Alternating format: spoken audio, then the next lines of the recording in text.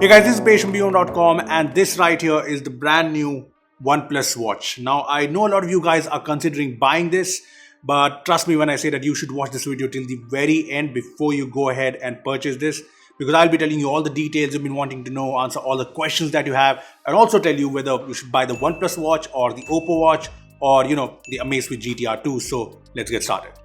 Okay, so this is the new OnePlus Watch Midnight Black Classic Edition. And when I unboxed this watch for the first time, two things came to my mind. One, this is a big watch. Yes, the OnePlus Watch is only available in one size, that is 46mm. And second is this is a nice premium looking watch.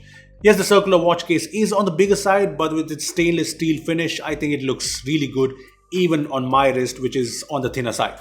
The watch comes with 22mm straps made out of fluoroelastometer, which I think is a fancy term for silicon. And it has the same pin and tuck design that we've gotten used to with the Apple Watch straps. In fact, the feel of the strap is similar to the Apple Watch strap as well. Plus, I like that the watch is very comfortable to wear. I mean, I'm someone who does not like wearing a watch or a band while sleeping, but I had to test the sleep tracking on this watch. And you know what? With the OnePlus Watch, I did not feel any discomfort. I mean, it's not hefty on the wrist and the strap is of good quality too. Also, if you're wondering, yes, this strap can be removed and sew up pretty easily like this. Apart from that, it has the mic right here at the bottom and the speakers on the left for your phone calls. On the right, you get these two buttons, the power button with the OnePlus engraving and the customizable function button below it. Now, this whole design is also IP68 and 5 ATM water resistant, so you can take it for a swim without any problems. Now, personally, one of the good things about the OnePlus Watch has to be this display. This is a 1.39-inch round AMOLED touchscreen. And first of all, I'm glad that OnePlus went with the round dial here because nobody wants another smartwatch with an Apple Watch-like design. Second, this is a good display panel. It's AMOLED, so the colors and blacks look great. And thanks to 326 ppi, the display is sharp too. Now, one aspect of smartwatch displays that is very important is the screen brightness, and the OnePlus Watch display does well on that front. See, I was able to use the screen even in direct sunlight, which is saying something. The watch does have the auto brightness option, so you don't have to set the brightness manually. So the display overall is good, especially because it's also very smooth and responsive, but I do have a few issues. First up, I'm not sure of the display protection here because I already have a few minor scratches on the panel. I mean, the limited edition has sapphire glass, but not this classic edition. Also, the OnePlus Watch does have raise to wake, but it's very inconsistent. I mean, it's fast response sometimes, and sometimes it's kind of slow. And a few times it just does not respond. Now, this would not have been a big issue had the OnePlus Watch had tap to wake. Strangely, when I was first using the OnePlus Watch at the very beginning, there was an option called touch to wake in the display settings on the watch. However, a couple of updates arrived and that option was gone. So to wake up the watch, you have to rely on the inconsistent raise to wake, or you have to press the power button. Now, another thing missing in the OnePlus Watch is an always on display feature. But yeah, OnePlus has promised to bring that in an update, so I'll let that slide. Design and display part, let's talk about the UI now. Now, I think a lot of you guys already know this, but let me just make it clear that the OnePlus Watch does not come with Wear OS. Instead, it's running a custom OS. And yeah, here's how it works. First up, the usual press hold on the home screen to change watch faces. There are 10 of your selected watch faces here, and there are more in the OnePlus Health app. And by the way, you can add your own photos as the watch face, and it looks something like this. Anyway, so you can swipe down from the top to see the battery percentage, toggle on DND, auto brightness and more. You can also swipe up from the bottom to check out the notifications, which work well. You can tap on a notification to get a more detailed view, and you can also respond to messages, sort of.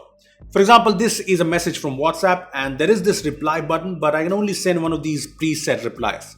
So it's fine, but yeah, Wear OS on say the OPPO Watch lets you type messages or send a voice message or even send emojis. So that's something I really miss here.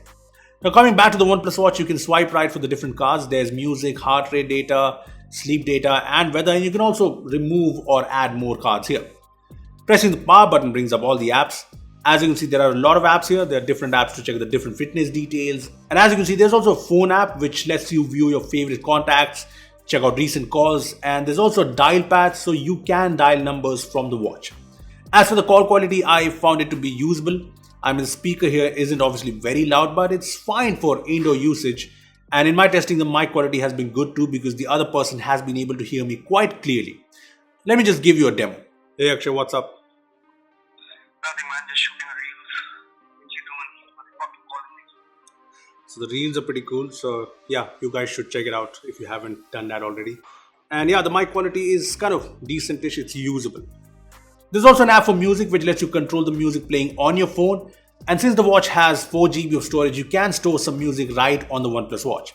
Honestly, everyone now streams the music, but since there's no app store here, so you can't really install an app like YouTube Music or Spotify directly on the watch. Anyway, there are also apps for alarms, stopwatch, timer, barometer, compass, TV Connect to control your OnePlus TVs, and more. As for the settings, there's a Bluetooth headset settings, so you can pair your Bluetooth earphones with the watch and control music from the watch. There are also other usual settings like the display, sound and vibration, DND. The function key option is useful because you can set the key to open any of these things. You can also set a password to the watch, set the language to Hindi, and more. So that was the UI, and while it gets the basics right, it's obviously not as feature-rich as, say, Wear OS. There's no app store, so no third-party apps, there's no Google Assistant, and you saw the difference in how it handles message replies. As for the fitness features, the OnePlus Watch has all of these sensors. So the watch lets you track your steps, heart rate, blood oxygen, sleep, stress, and more. Now, as you saw in the UI, there are different apps for all of these features, and all of them look quite good while bringing in all the details. I also found them to work fairly accurately in my usage so far. And there's also a number of workout options in the workout app. The different run workouts, cycling, swimming, yoga, badminton, cricket, and more. Plus, since it has GPS, you can even track your fitness data as well as workouts without your phone. Now, when it comes to overall performance, the OnePlus Watch uses 3 chipsets. ST32 for the UI, the display, Apollo 3 for the sensors, and Cypress for the Bluetooth calling and music feature. Now, if you ask me, the OnePlus Watch is a responsive and smooth smartwatch overall. I did not come across any lags or slowdowns, so yeah, it's fairly good when it comes to performance.